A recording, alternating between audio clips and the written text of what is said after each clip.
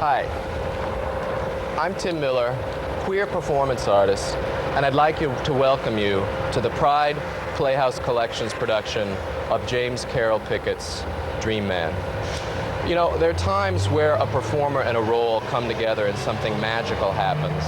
Carol Channing in Hello, Dolly leaps to mind, of course, but there are other examples too, like Eugene O'Neill Sr. in The Count of Monte Cristo, Mr. Ed as Mr. Ed, and let's not forget Jeff Stryker in Power Tool. And this is one of those times where Michael Kearns' performance and Jim Pickett's play come together into this charged up mixture of Jim's wild roller coaster writing and Michael's bravura performance, and something special happens.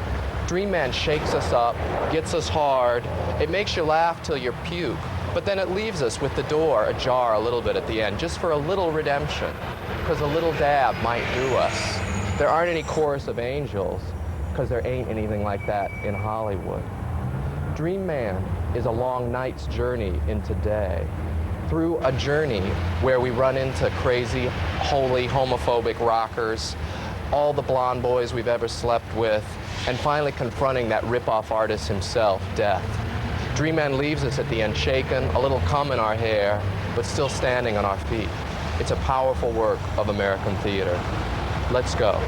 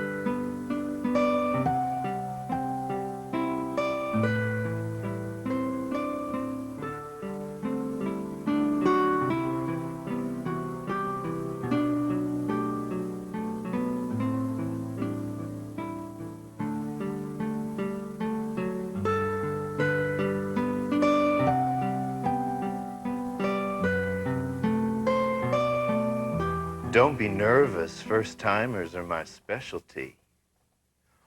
Oh, I'm into everything, man. What are you into? Jesus? You're into Jesus? Okay. No, it's okay. Jesus.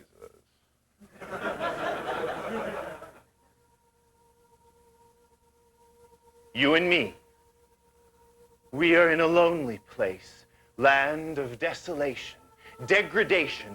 You, a wayfarer, a pilgrim who has lost his way, a shepherd searching arid plains for his lost lamb, his stray, a meek, humble shepherd lost along the long, lonely way. You crawl in pain across barren terrain, battered and bruised in your quest. You have lost all hope. Suddenly, salvation. Ahead, there is sanctuary, an isolated monastery where I dwell as the only monk. A lonesome priest, abandoned by his brothers, hungry for the touch of his fellow man, hungry for the tender embrace of a lost shepherd boy. It is the miracle we have both been awaiting. I invite you in beneath the rough, woven fabric of my hood.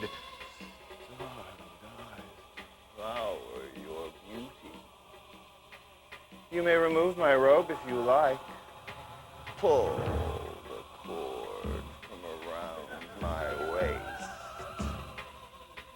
The habit falls away. My flock has fled. You, my only lamb.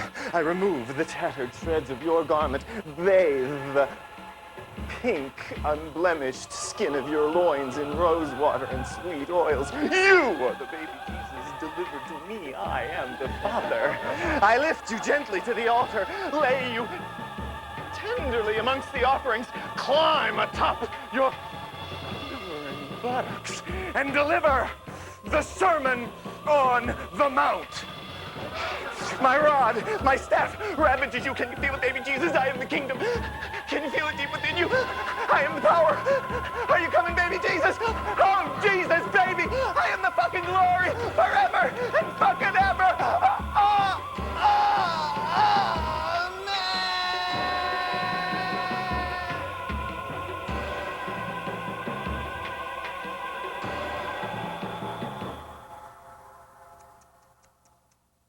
You have come upon the blessed sacraments. I wipe you clean with the linen mantle, moistened by holy water. The wine we drink will be the blood of the Lamb. For supper, we shall dine on mutton.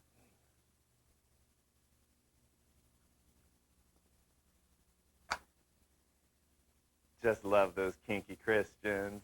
Ain't nothing they like better than to J.O. for Jesus. Hallelujah! The time is 1:09 a.m. 4 minutes. Not bad for a first-time caller. Oklahoma homo. Born again, size queen. He'll call back. Just past 3 where he lives. Probably drove an hour to get home after the bars closed in Tulsa. An hour through wasted landscapes. Nothing but an exceptionally clear sky between him and heaven for the whole trip. So, he comes home, enters the dark house at the end of the lane, and calls his friendly phone jack-off service. A long-distance jerk on the gherkin, his nastiest nocturnal dreams fulfilled for $39. Oh, we pay all tolls within the 48 contiguous states and Washington, D.C. Rates slightly higher outside the U.S. He'll call back. Maybe not this month. Maybe not next. But one lonely weekend night when that star-spattered void stretches endless across the cold, pale Badlands, the memory of me will flutter down deep in his gut, and that boy will ache to hear my voice again. I'll be his southern comfort. At that hour, in those lands, it's either me on the long lines, God in his icy heaven, or Oral Roberts on the radio. It's prime time in the fantasy business. Time to make hay before the sun shines. Time to grab it quick before the dreamers awaken to discover it was all just a dream. The dreamer speaks to me when it's after 3 where he lives, dials me when it's cold where he sleeps, rings me up when he's stolen a moment away from the wife, down in the basement, converted to den, whispering desperate scenarios on the extension phone he put in just for the kids. I make my living off their loneliness, selling them dreams they thought were dead.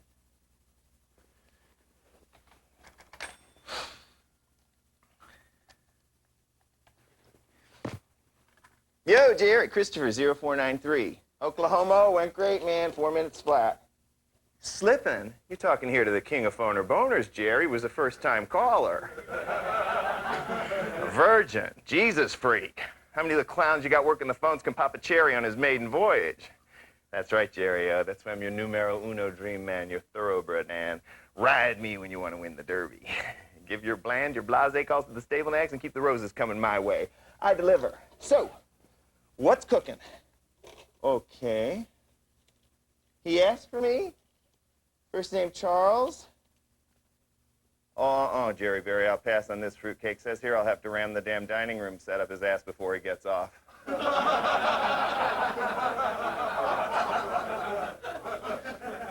Why, what did he tell you? Light S&M, Jerry. There's light cuisine, light cigarettes, light beer. What the fuck is light S&M?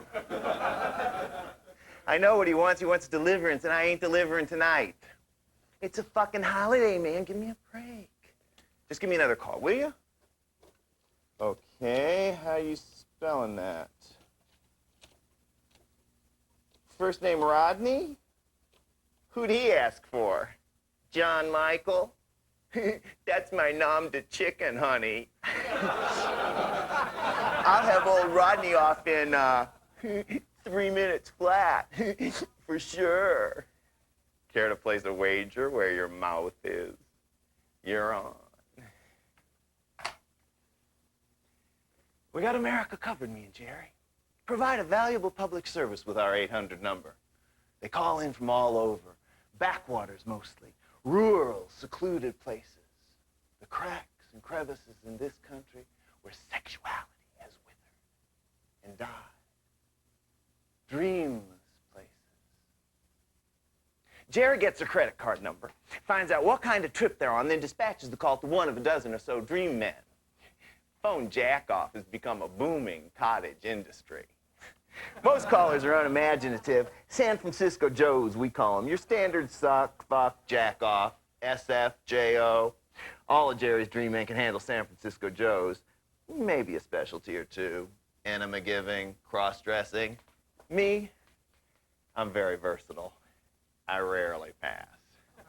There are two types of caller I flat refuse to handle. Women and necrophiliacs. I got my standards. We got lots of women.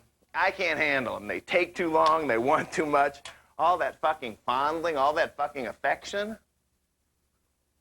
They think a fucking phone can be a fucking instrument of fucking intimacy.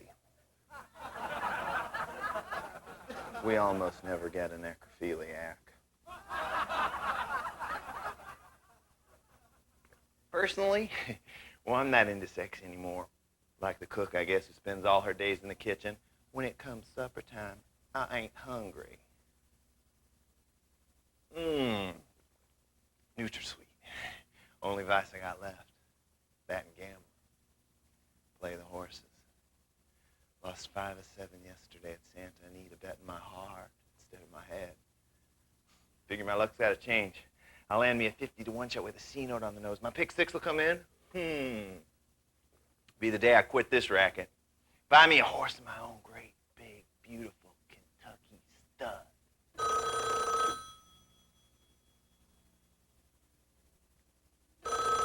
Me and Jerry, we got America covered.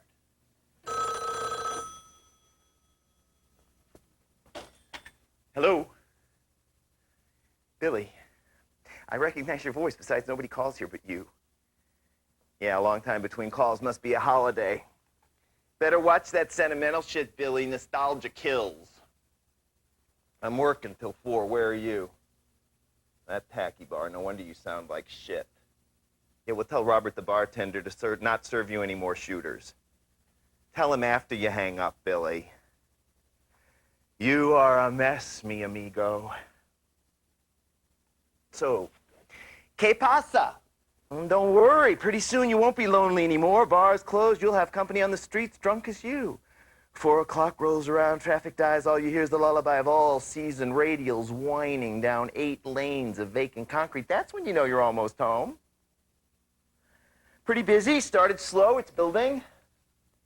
They all shoot their loads, Billy. That's my job. I'm their wet dream, the lover they always wanted, could never have, a missed opportunity that will never come again, one brief moment of ecstasy in their otherwise deadly dull day. Hey, I know it's not real, so do they. We pretend it's a nice break from reality. No, I do not want to do it with you over the phone. Better put it back in your pants, Billy. Even that toilet's got standards. No, you cannot come over. No, I have not forgotten. I will never forget. I'm working, Billy. You hate it when I work, remember? Working out of your old room. Yeah, just the way you left it. Look, I'm in the fantasy business. I deal in dreams. You prefer reality, so zip up, Billy, and go home, back to your valley condo where there's enough reality to kill any dream. Call a cab. Then have the hunky daddy over by the cigarette machine drive you home. Just make sure he wears a rubber. Well, if you stick it in the right place, darling, you don't have to taste the latex. Play safely. Hey, why don't you mind your own fucking business? Because I don't want to hear about your sleazy tricks or your hypocritical horseshit about how demeaning my job is. What the fuck do you know about demeaning? You're a delivery boy, Billy. The world's oldest fucking delivery boy. Courier, same thing. Plasma man hauling plastic baggies filled with blood, buzzing up and down freeways in your Japanese mini truck, rushing from one emergency to the other. It's no more noble than soliciting sperm over the phone. Yeah, I'm okay. Do carry on like Faust, don't I? Are you okay? I ask because I care, asshole. Look, we all get lonely, compadre. The trick is to never let anyone else know. I gotta go. Call's waiting. Yeah, we'll talk. That's what you always say. When I ask when, you say soon, and soon don't ever come. Give me a call next red letter day shows up on your calendar. Hey, Billy, take a cab.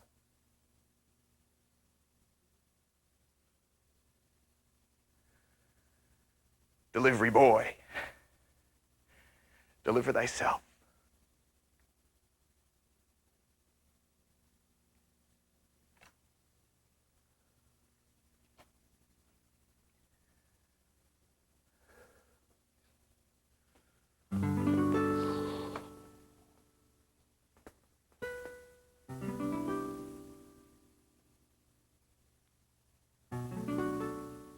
Billy's all right. He's sweet. He's kind. Simple as an old country song. He's not my type.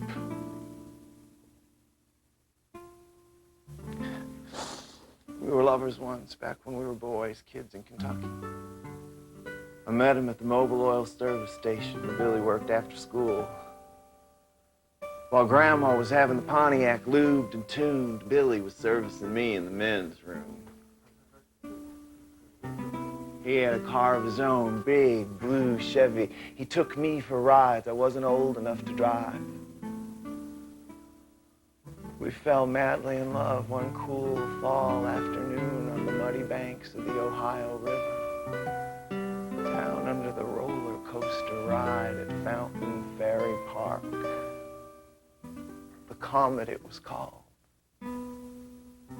Everly Brothers on the radio, Midwestern rain dancing on the steel roof. When I told Billy I was leaving Louisville to come out to California, he cried till I told him he could come too. So we came out here together, children to the city of angels, sold to the highest bidder. Billy hawked maps to the stars' homes. I offered flower bouquets at freeway off-ramps. In La Grande Ciudad, El Dinero es Primero, baby. Billy and me, we've been in LA a long time now.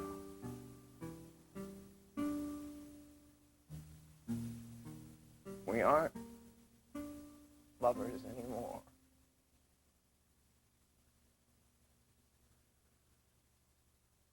There's nothing left to do but sell our dreams. Hey, I am the perfect perfect man for this job. It's prime time, and there's never been a better time for me. I'm riding the crest of a panic right into the future, the era of no intimacy. Get them on, get them off, no picking them up, no driving them home. This is no sweat sex, baby. Only the familiar feel of our own hands on organs we pretend are strangers. Passion without heat, and no dangerous exchange of bodily fluids. I am king of the land where touching is taboo, kissing under suspicion. Prince Charming on a trim-line steed, leading the charge into touch-tone land. Master of the realm where faceless lips suck prodigious dicks. Lover in a dream world where limitless tongues explore bottomless holes. Mindless arrows ramming 10-fingered fists up bloodless asses. Give me a phone and 5.5 minutes, and I will deliver heaven on earth. It is prime time. I am the best there is.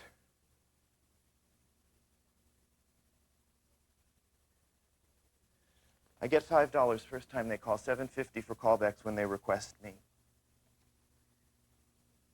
Rodney is your basic San Francisco Joe. Retired dairy farmer, widower, likes it a little rough. Lives about 60 miles outside of Buttfuck, North Dakota. Goes in for California surfer boys with big dicks. Uncut. What a coincidence. Like some show of affection afterwards. Kinky bastard.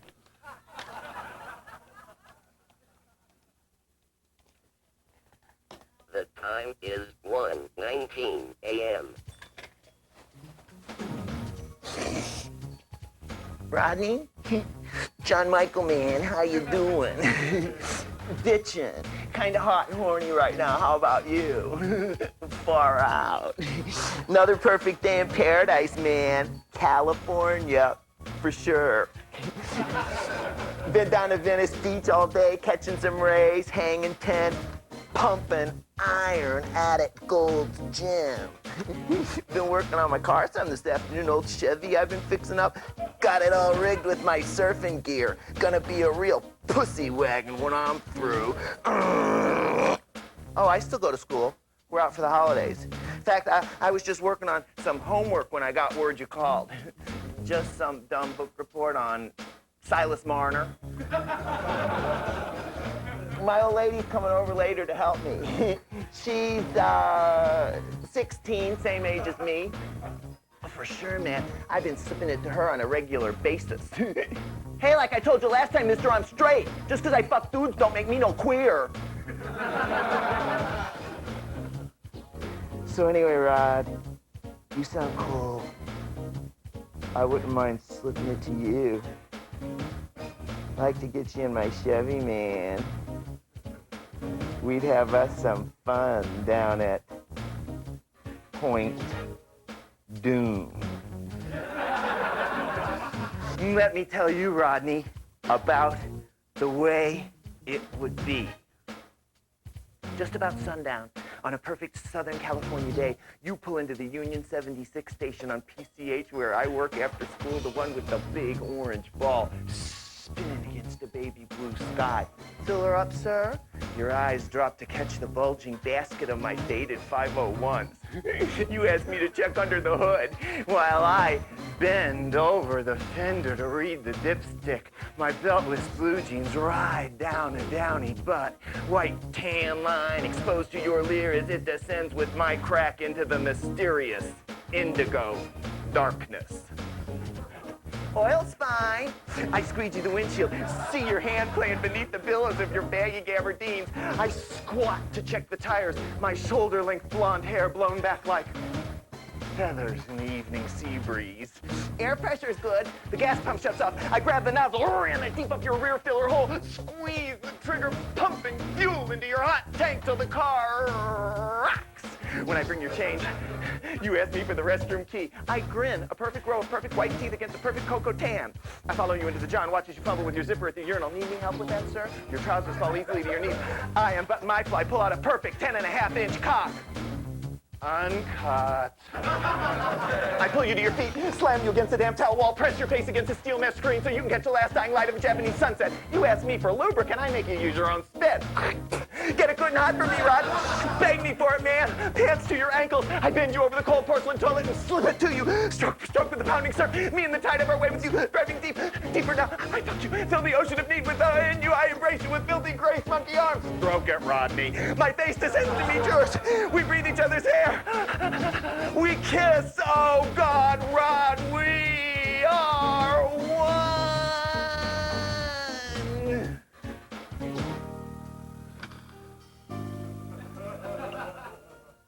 Great. How far did you shoot, man? Wow, awesome. Yeah, I shot my load. Usually I only get off with chicks, but you're cool.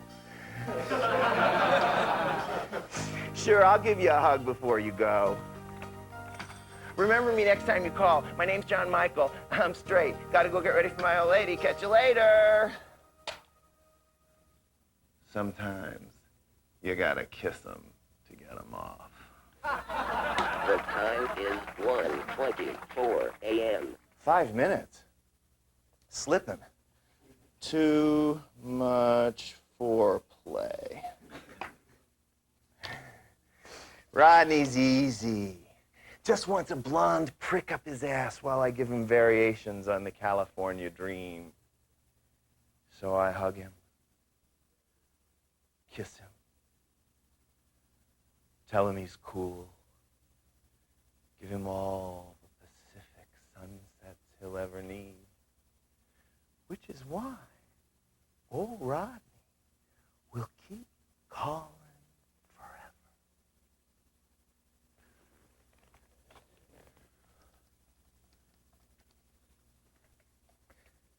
Yo, Jerry, Christopher 0493. Guess I owe you a Haagen-Dazs, man. A little over 3 minutes. So who's next? I told you, Jerry. Oh, no New York calls tonight. Charles is sick. Mortal wound to the soul. He needs a service I don't deliver. So if he keeps calling back, give him to another dream man. How's he know it's not me?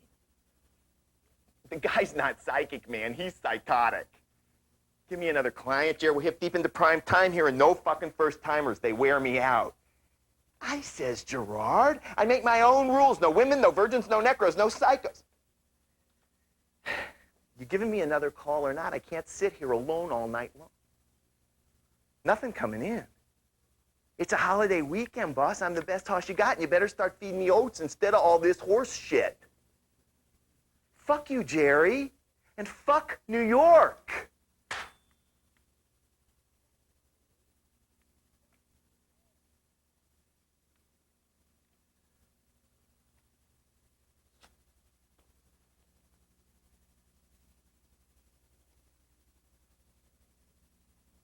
Charles of Manhattan. Calling from an island with 8 million fags, and he can't get laid tonight. That's quite a challenge. Manhattan Charlie seeks regular relief, called 8 times so far, goes in for heavy abuse, self-mutilation. Last time he called 2 months ago almost, he wanted to be dismembered. Insisted upon it. And would settle for nothing less than total annihilation. So I sliced him, diced him into component parts, head, torso, limbs, organs, and scattered the pieces of him throughout his co-op apartment. Forearms, elbows under the kitchen sink, feet, ankles attached, into the hall closet, eyes, ears, lips floated in the bidet basin. Upper torso in the Chippendale cabinet with the good china. The head, as I recall, I balanced precariously on the newel post at the foot of the stairs.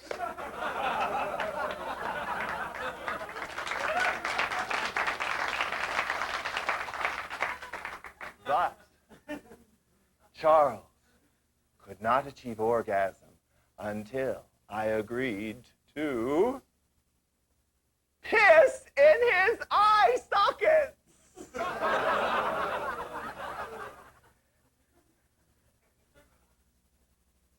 Charles has a serious case of low self-esteem. Funny, he would love all that gore, but could not tolerate even the mention of shit. Shit, he said, was death and ordered me never to bring it up. Threatened to hang up if he ever got so much of a whiff of it. Now, honey, a queer who can't stand the smell of shit is in for a great deal of heartache.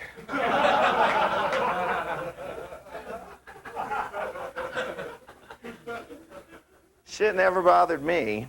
Not a substance I'm hung up on, but I'm not squeamish.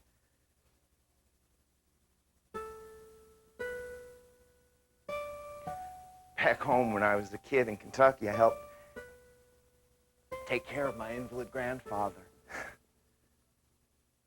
Grew up in that airless gray tenant house where the smells of urine bottles and bedpans mingled with the aromas of home cooking. The last 8 years of his life, my grandma and I fed him with spoons and straws, bathed him in bed, turning his dead weight white body with the help of sheets. Only she knew the secrets of folding. We were rewarded in our efforts by the feeble, shaky grin of a grizzled old man who had not spoken one word in my lifetime. It was enough. I hated to leave my grandfather, even for half a day. Sometime the girl from the big house would come down to babysit him so Grandma and I could go to Louisville for the afternoon. It always rained when we went to town, my grandma and me. We'd go shopping at Stewart's department store, where I'd ride the wire cage elevator up and down till the old black operator would let me work the round handle. Outside 4th Street glimmered in the wet twilight. We'd lunch at the Blue Boar on trays of exotic delicacies, undreamt of in our home cooking world. On the way back home, we'd always stop at the Mobil Oil service station, with its red neon Pegasus flashing on and off in the dwindling light. I'd stare at that miraculous horse with wings and dream I could fly away into the milk blue summer skies over Kentucky. Billy was the attendant. He'd watch me with those intensely sensuous eyes of his, and I swear he could tell what it was I was dreaming.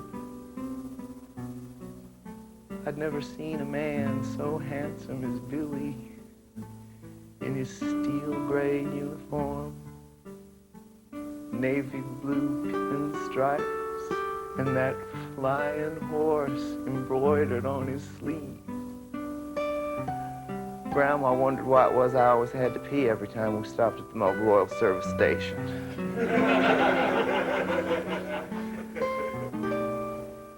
On the way back home, I'd always fall asleep, rhythmic slap of the wiper blades beating a dim and distant meter in my head as the Pontiac rolled over blacktop roads, and I was buried safe, deep, and warm in the flannel lap of my old grandma. Then we'd pull up the long gravel lane and we were glad to be home again.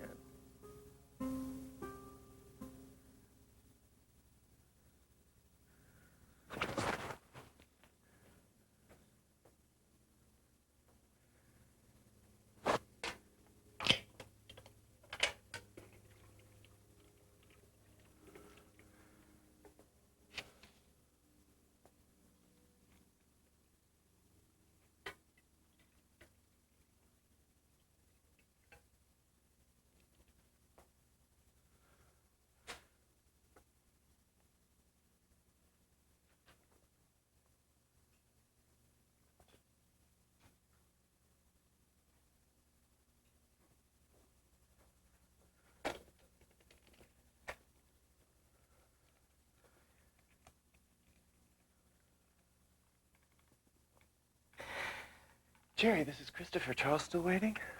I'll take him. Yeah, well, one of the secrets of this business is knowing when to call, when to stall. It's a service, Jerry. I deliver.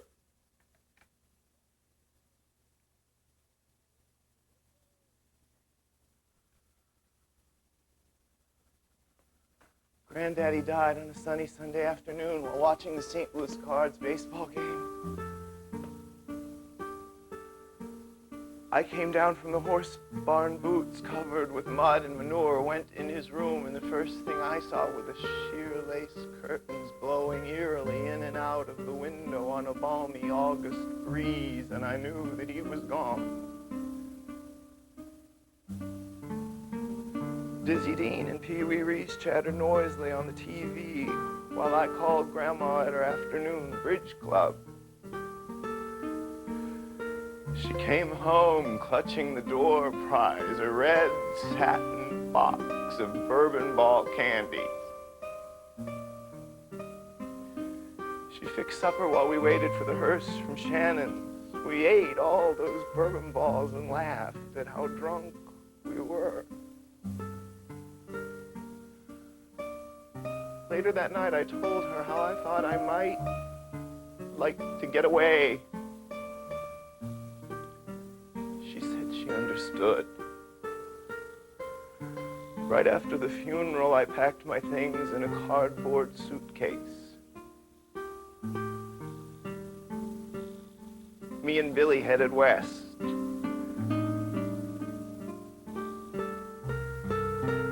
We were going, we said, to look for America.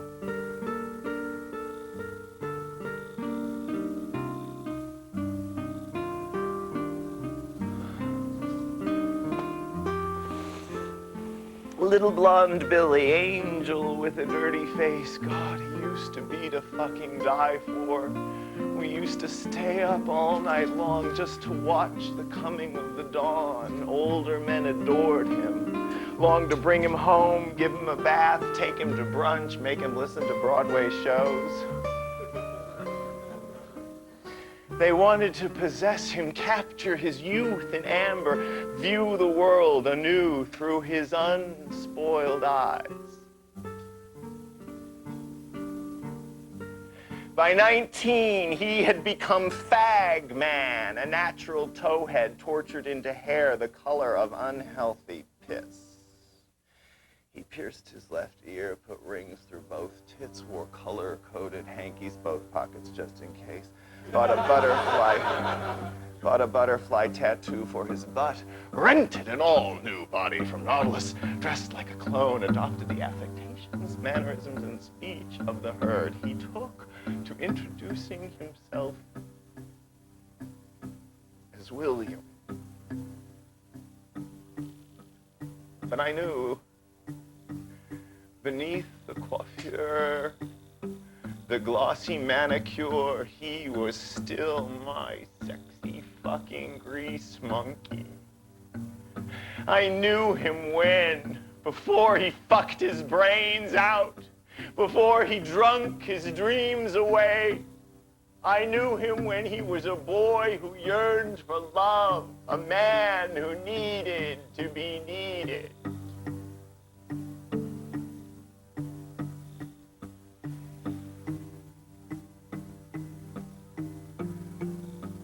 Before we knew it, we weren't children anymore.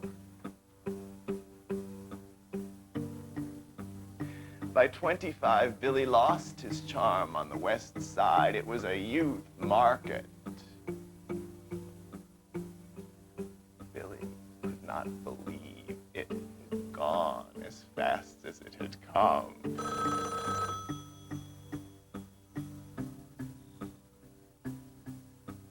Wasn't the fucking done him in? Was the fuckers? Hello, the number you have reached is no longer in service. There is no new lumber. Abandon hope. I recognized your slurred breathing, Billy boy. Besides, I hear that charming music the bars you play hang out at closing time. That fuck me till I bleed beat.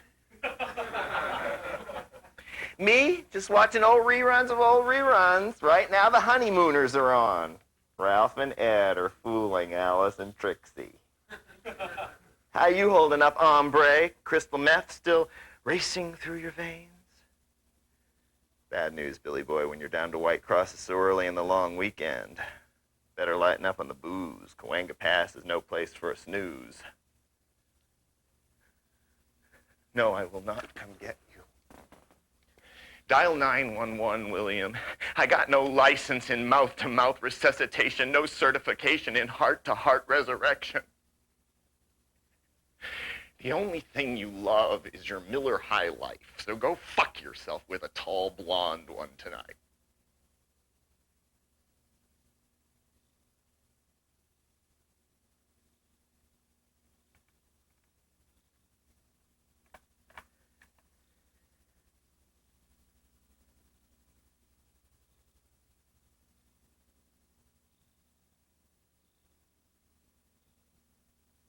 And so, he left me.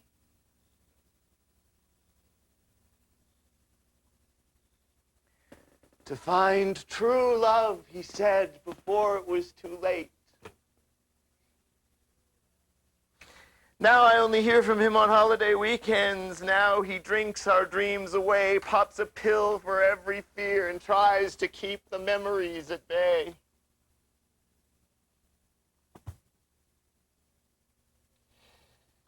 He's lost on the street of dreams where no one can find him, gone without a song into backroom bars where his dreams stare back at him reflected on restroom floors. He's cuffed to chain-link decor, drinking stale beer or warm piss, he can't tell which. On hands and knees, examining sparkles in glass-spattered alleys, stalking moonlit bridle trails in Griffith Park without a steed. He's out of coke, he's out of speed, just one beer-soaked joint left too soggy to light.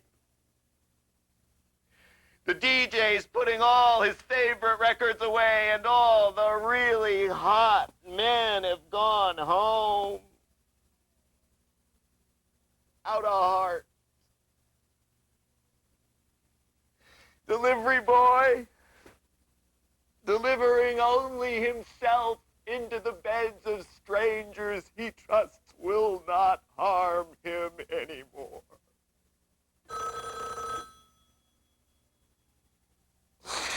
Welcome to Miller time!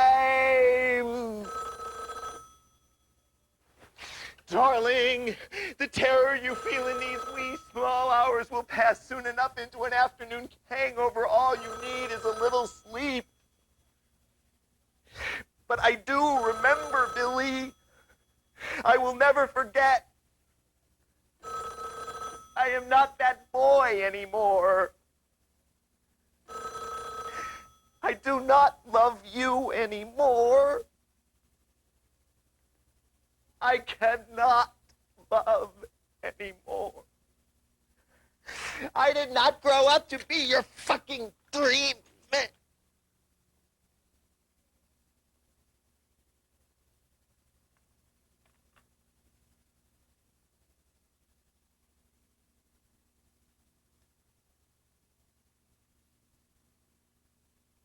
Charles, this is Christopher.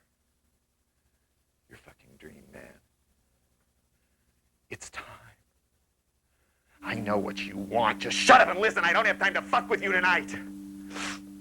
Which telephone you on? I want you on your cordless phone, Charles. Off your tether like a space shuttle astronaut. No safety line between man and the mothership. I want you free. Get on your fucking freedom phone. Got it? Good. So, what'll we do for kicks tonight, Charlie dog? I have tied you up, set you on fire, subjected you to electrocution. Last time I chopped you into kibbles and bits. There's very little profit in dismemberment. I'm getting damn bored with this shit. Sorry.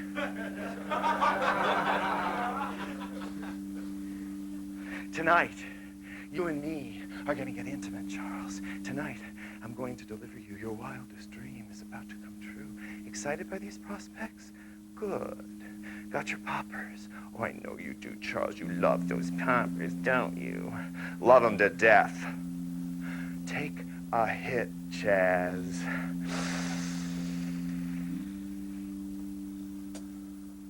Chemically induced passion. sets your blood on fire. But the best part of an anal rush, the memories it sets free, brings them back in a flood, huh, Charlie dog? Every dick you've ever licked comes floating back, every ass you've ever eaten, every tit you've ever bitten, every kiss, every fist. Nurse those poppers, Charlie. Your manhood from fumes in a bottle. Relax, Chuck. I'm hip to your trip. I deciphered your dream a long time ago. I want you to get a length of rope, 3.5, 4 feet long. The cord from the Venetian blinds will do just fine. Go get the knife and cut it then! You got it? Good. Tie the two ends of the cord together. Make a loop. You got that? You think so. Make sure, Charles. Make fucking sure you got a loop! Now I want you to go into the bathroom. Take the phone.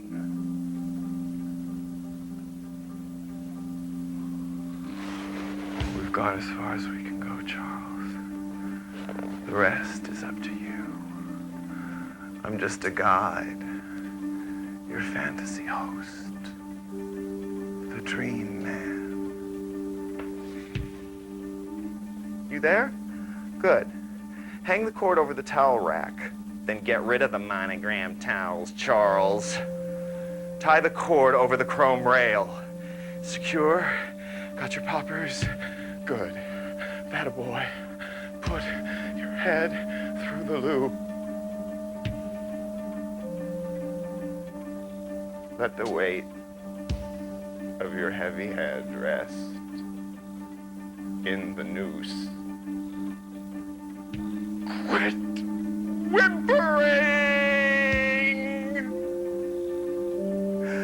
Easy, Charlie. Feel your body melt. Head throbs, heart pounds. Your immaculately clean ass is on fire. You're falling, Charles. Face flushed with desperate, dumb desire. When you pass out, the rope will support you. No air at all, lungs filled with mucus, balls ready to explode. You twitch, veins rupture, hands and feet icy cold. Simmer down, Chop.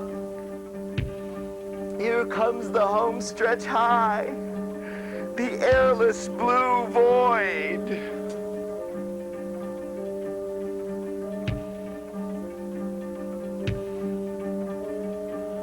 It's the ultimate service. Calm and unconsciousness. Orgasm and death.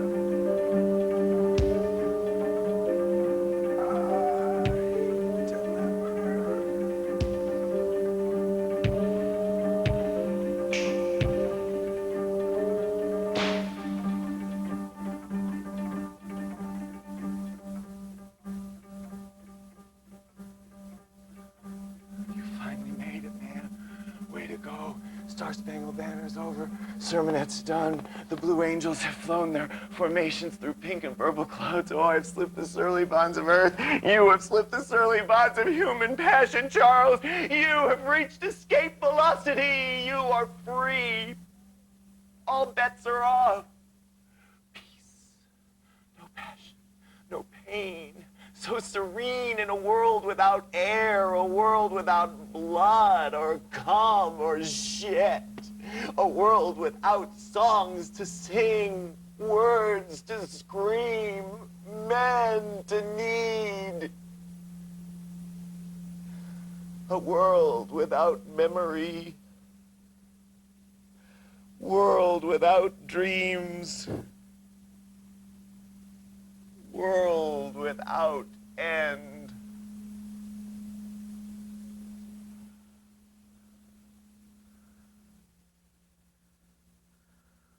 Amen.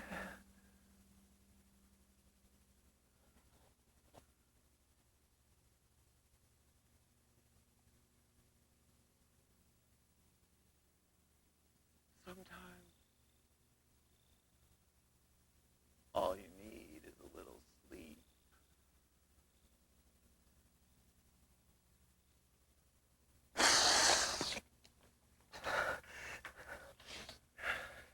Operator, I need a listing. A bar. Rant, ravage, rave. In the city of dreadful night, on the street of dreams. Try Santa Monica Boulevard.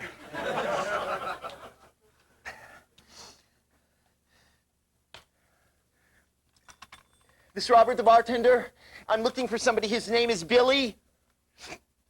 I'll hold. Last call. Who will be my dream man? Bet his heart on an also ran. Billy, you fuck! I love you like blood. Come home, Billy. Climb in bed with me. I want to be loved again under the comet in the Louisville of our dreams, where I am forever 15 and it is always raining. We'll touch. We'll care in this plague of despair. We'll await the coming of another dawn. We'll sleep. Perhaps we'll dream. It's okay, mi hermano, I found you. I'll dream the dream for both of us. I'm coming.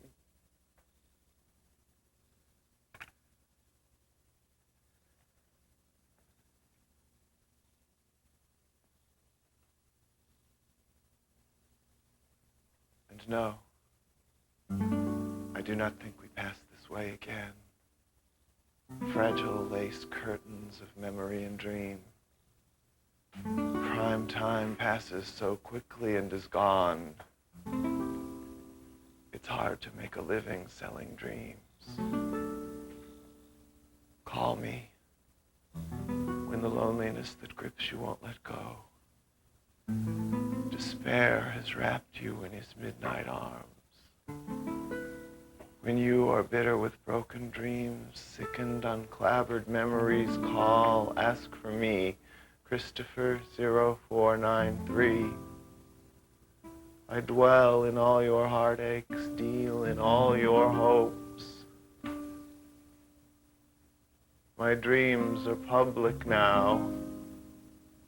Come, dance with me over long distance lines, Master Charge, Visa, American Express, rates slightly higher outside the U.S.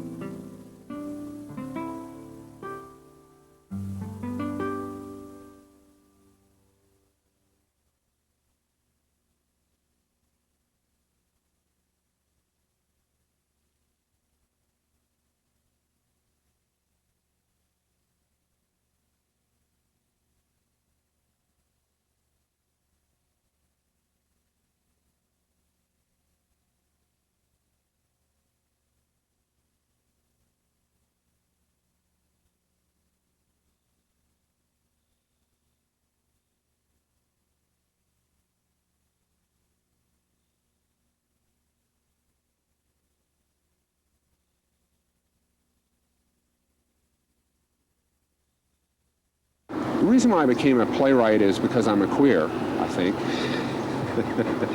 It's the most dramatic form of expression in the writing field, and I just took naturally to it.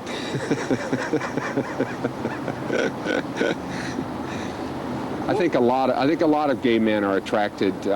This is a stereotype, forgive me, but I think a lot of us are attracted to the theater for its flamboyance, for its means of acting out, and for its sometimes subtle ways of dealing with issues, not necessarily head on, but through a little dramatic action. Well, I'd finished Bathhouse Benediction, and it had had a run here and in San Francisco. It was a very successful production, and it was, San Francisco people wanted to put it on with another piece of mine.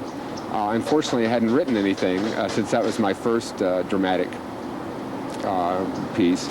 So I quickly began trying to write a comedy. I felt I wanted to balance the sort of drama of Bathhouse Benediction with something light.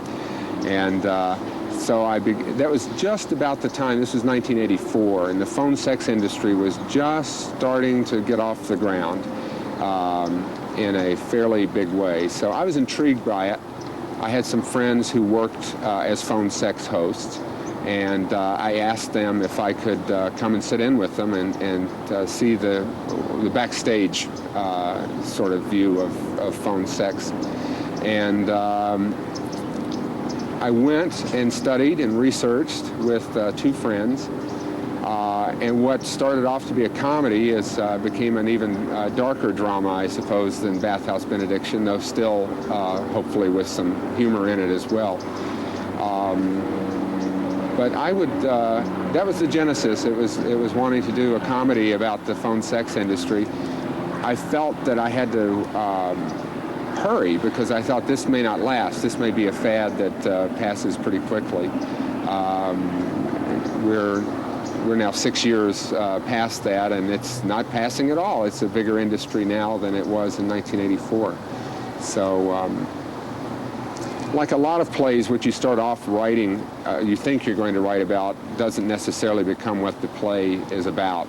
I used Christopher as the phone sex host to explore a whole range of issues that were and still are interesting to me, about alienation from each other and loneliness and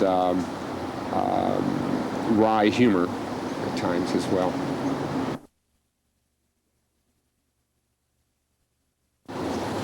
The theme of Dream Man changes in my mind. It changed as I was writing it. I think it even changes still today. I know at one point I was getting a lot of creative mileage when I was creating it, working under the idea that there is no such thing as safe sex, that in fact some of our attempts at safer sex become more alienated sex, less personal forms of sexuality. And in Dream Man, ultimately, what is supposed to be a very safe form of sex over the telephone ends up killing someone. So that's been part of it, and the search for companionship and the kind of tender ways and funny ways and kinky and interesting ways that we attempt to find each other even over the long distance lines.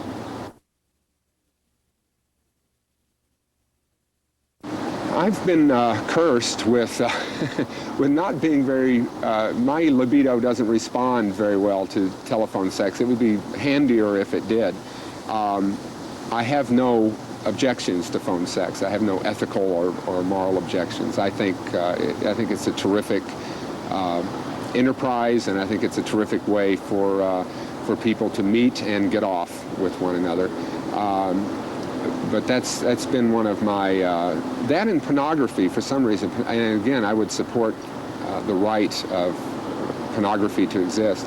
It just hasn't been a big turn on for me. I keep searching for ways to be eroticized, but some phone sex has not been one of them for me. I stayed with basically two phone hosts. One was a holiday weekend, which turned out to be used in the play, because an interesting thing happens on holiday weekends. The particular one I was sitting in on was Thanksgiving, I believe. But because of those family associations and childhood memories that bubble up during holiday times, it became a very busy time for the phone sex host, they told me. And so I probably spent 50 to 75 hours with them, listening in on another line, to which we removed the mouthpiece of the telephone so that you couldn't hear me heavy breathing in the background or chuckling or any sort of reaction. And it was an eye-opener for me. Some of it was extremely charming and very touching in some ways, in the way people will tell you things in an anonymous phone sex encounter, things they might not have told anyone else in their lives. I'm a very hard person to shock. I don't think I was ever shocked. At times I was uncomfortable with what was being said or being acted out or fantasized, and I support everyone's right to fantasize whatever they want. But sometimes the fantasies could get on the disturbing side. So I'm glad to hear. Of course, I changed things. I mean, it wasn't just tape recording or in my mind tape recording the experiences of others and putting it into the play. I felt I needed to put it into context, and I fictionalized it.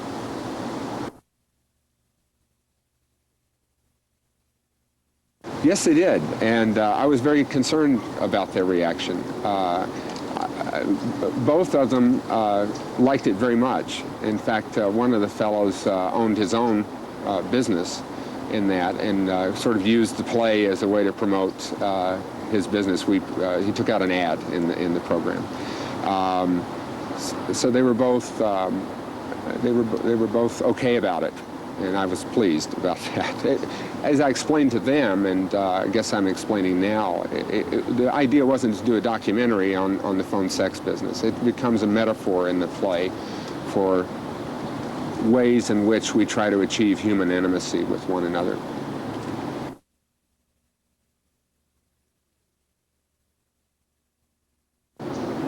There were more disturbing fantasies that I heard on the phone than I was willing to use in the play. And that may be surprising after you see the play, since there's a fairly heavy-duty scene towards the end.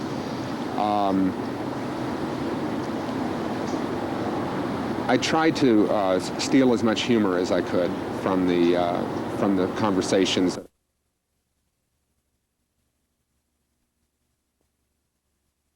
Michael Kearns has turned out to be the perfect dream man, and he almost wasn't. We had a very close friendship, as we still do, at the time that I was developing Dream Man. I was very concerned about how this one-person play was going to work on stage. So I went to Michael and asked him if he would consider directing it, because I had worked with him as a director on my play Bathhouse Benediction. And I knew he was a wonderful director in bringing out all sorts of luscious parts of the play that the playwright wasn't necessarily even aware were there. We went through a workshop rehearsal until the actor got cold feet, I think. And the actor refused to do the workshop performance. So that was canceled at Los Angeles Theater Center. And I thought, well, that's the end of me, that's the end of my play, that's the end of my career. But we picked it up very shortly after that, and Michael went into the role, and we were blessed to find Lawrence Hyman as a director, who's a wonderful choreographer and director, and has since become a close friend as well. And since then, Michael has done Dream Man throughout the United States, and Edinburgh and London and Dusseldorf, Germany, and so he's really been, it's hard to imagine a dream man without Michael playing the role, but it almost didn't happen. I conceived of Dream Man as a one-man show from the very beginning. I played around with the idea of being able to hear the other end of the conversation, but as the play developed and I got deeper into it and I realized it was about isolation, partly, that what better way to dramatize that than to have a lone man on stage the entire play. So it tended to reinforce some of the themes in it as well, I think. There was a Billy in my life. Billy was the hardest character to draw in this play. He's off stage, which makes it difficult. The play was developed in the Los Angeles Playwrights Group, a group led by Joseph Scott Kierland and a group of about 20 very talented professional playwrights who helped me a lot in bringing this play to life. And I kept stalling on Billy. I really didn't want to deal with the love story in Dream Man. I was having a lot of fun dealing with the pyrotechnics of phone sex and the humor and even the darker side of it. But I was avoiding the kind of tender relationship between Christopher and Billy. Billy in the play is an alcoholic, drug addict, lost boy, a wounded boy, loose on the streets of Los Angeles. And I had a model for him. In later life now, I've been astounded to kind of discover that I may have been using myself somewhat as a model for Billy as well. I think the playwright, all the characters reflect certain aspects of us, but we like to identify with the hero. And so Christopher I identified with a lot. But I see as I get further distant from the play that there was a lot of me and Billy too. I had a lot of those fears of intimacy, and still do, for that matter. I had a problem with drug addiction and alcoholism as well. So yes, Billy was collected from several people I knew, including myself.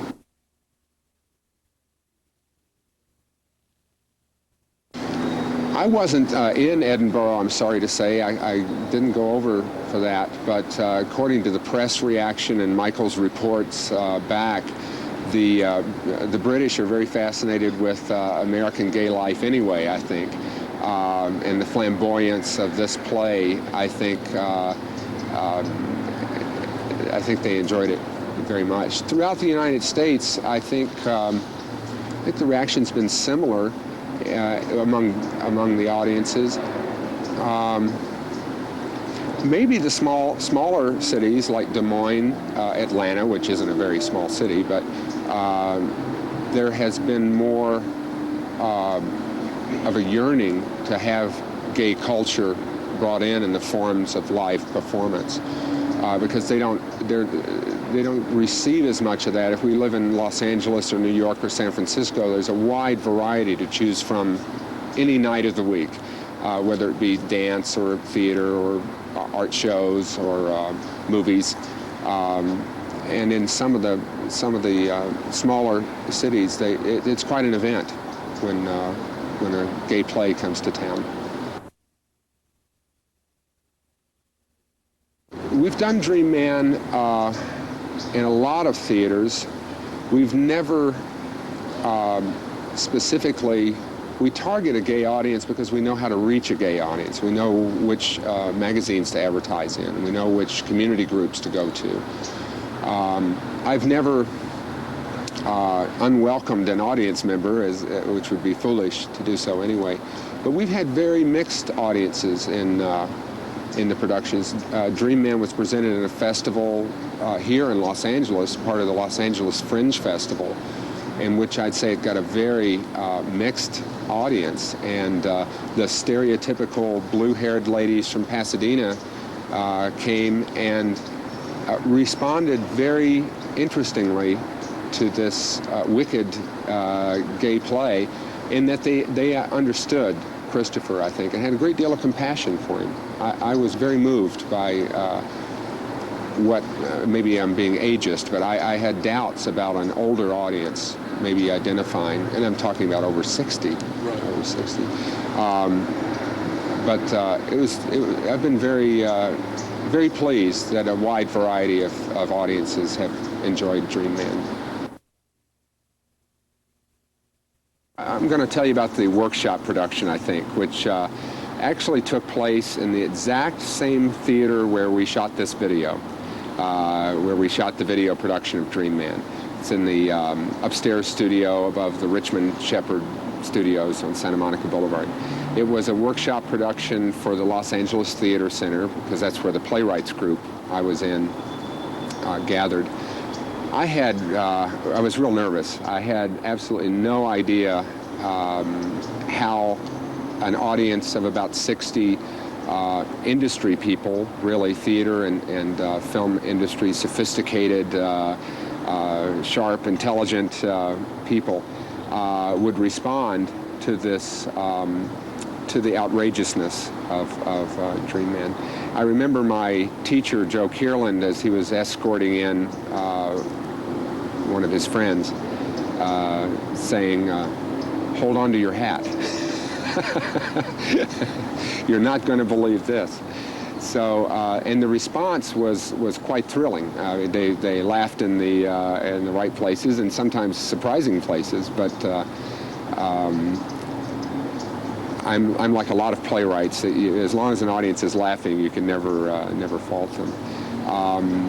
So it was a stunning experience. Michael was just magnificent, as he always has been. But that's a very tough opening night for an actor to have and 800 and some odd lines to come in prepared with and rehearsed, and it was pretty thrilling.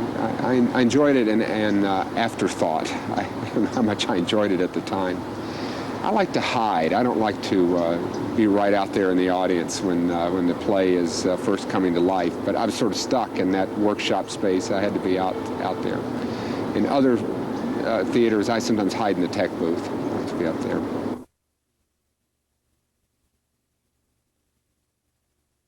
Well, we've had people walk out of Dream Man, and sometimes with a kind of vocal animosity towards the play, which actually makes me very happy.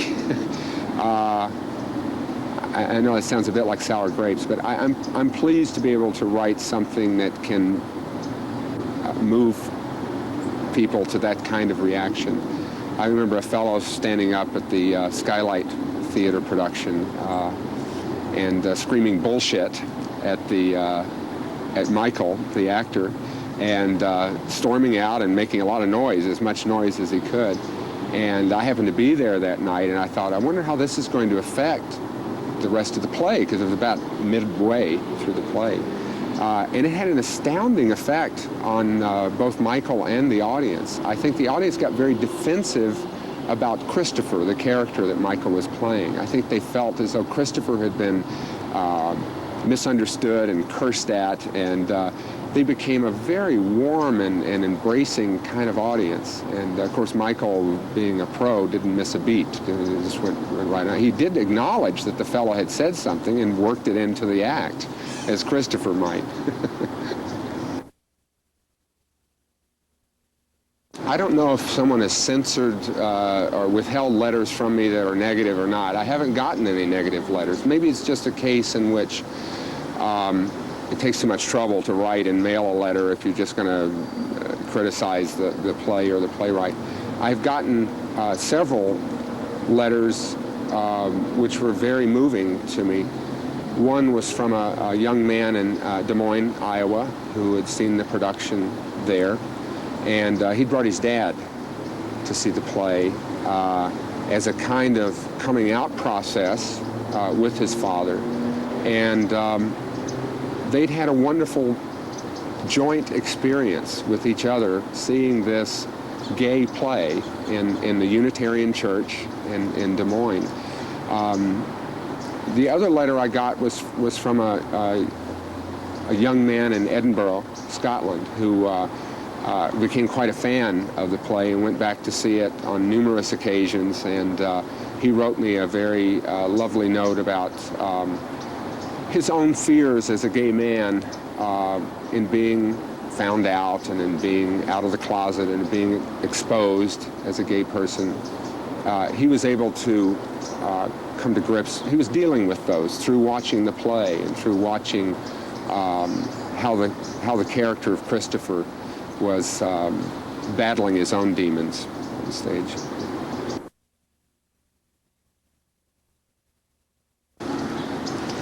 I am a gay playwright. It drives me nuts when people deny or distance themselves from being a gay anything. I'm very happy to be a gay playwright. I'm very proud to be a gay playwright. I'm very gay. And I'm very much a playwright. It's my passion. It's one of my passions. It's my central passion, actually, is to be a playwright. I don't feel pigeonholed. I feel as though it's been a choice I've made. It's been the area which enriches my writing the most.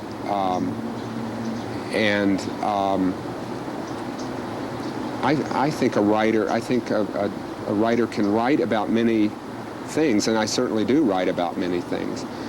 But no, I'm not a bit worried about being pigeonholed as a gay playwright. I think, hard to predict the future, but I think when you look back on the 1980s in the theater, you will really have to look at gay playwrights, because it has been a wonderful decade for the emergence of gay plays written, performed, directed, and produced on their own terms.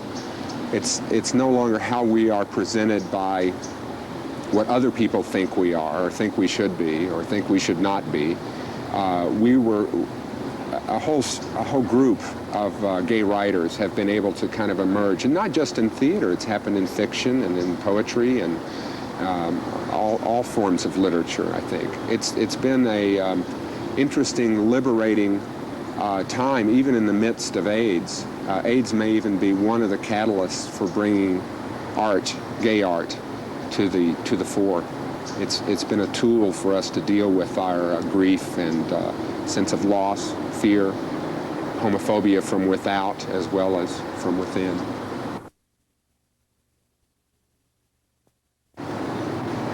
I was sitting in this office one afternoon, and the phone rang, and Kevin Glover called me and was looking for Michael Kearns, I believe, and because he wanted Michael to do the introduction to Jerker, Robert Chesley's great play. And I was happy to give him the information, and then Kevin informed me that he was doing a whole series of great gay plays and putting them on video. And I immodestly said, you're not doing the great gay plays if you're not doing Dream Man, my play. Why aren't you doing Dream Man? So Kevin, being a much larger person than I am, was generous enough to take a look at it, and we were able to get together and show him the script and talk about the production. And I'm really excited to be involved with this production company and to have Dream Man on video, which will provide it a long home and a broad spectrum home. It'll be available to a lot of people for a long time to come. It pleases me.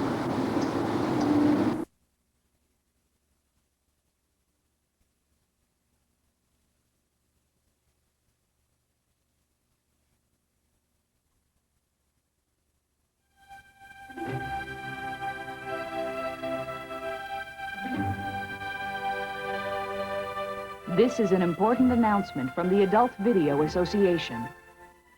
Here in the United States, we're going through a difficult time for personal rights. The federal government and a number of states have passed new laws pertaining to the censorship of adult material. These laws apply not only to videotapes, but to books, records, and plays as well. They give broad powers to the police and prosecutors who seek to stop the distribution of material they consider objectionable. Ultimately, this form of censorship goes against our Bill of Rights and the founding principles of this country. Censorship endangers the rights of adults to read and view whatever they wish, even in the privacy of their own home.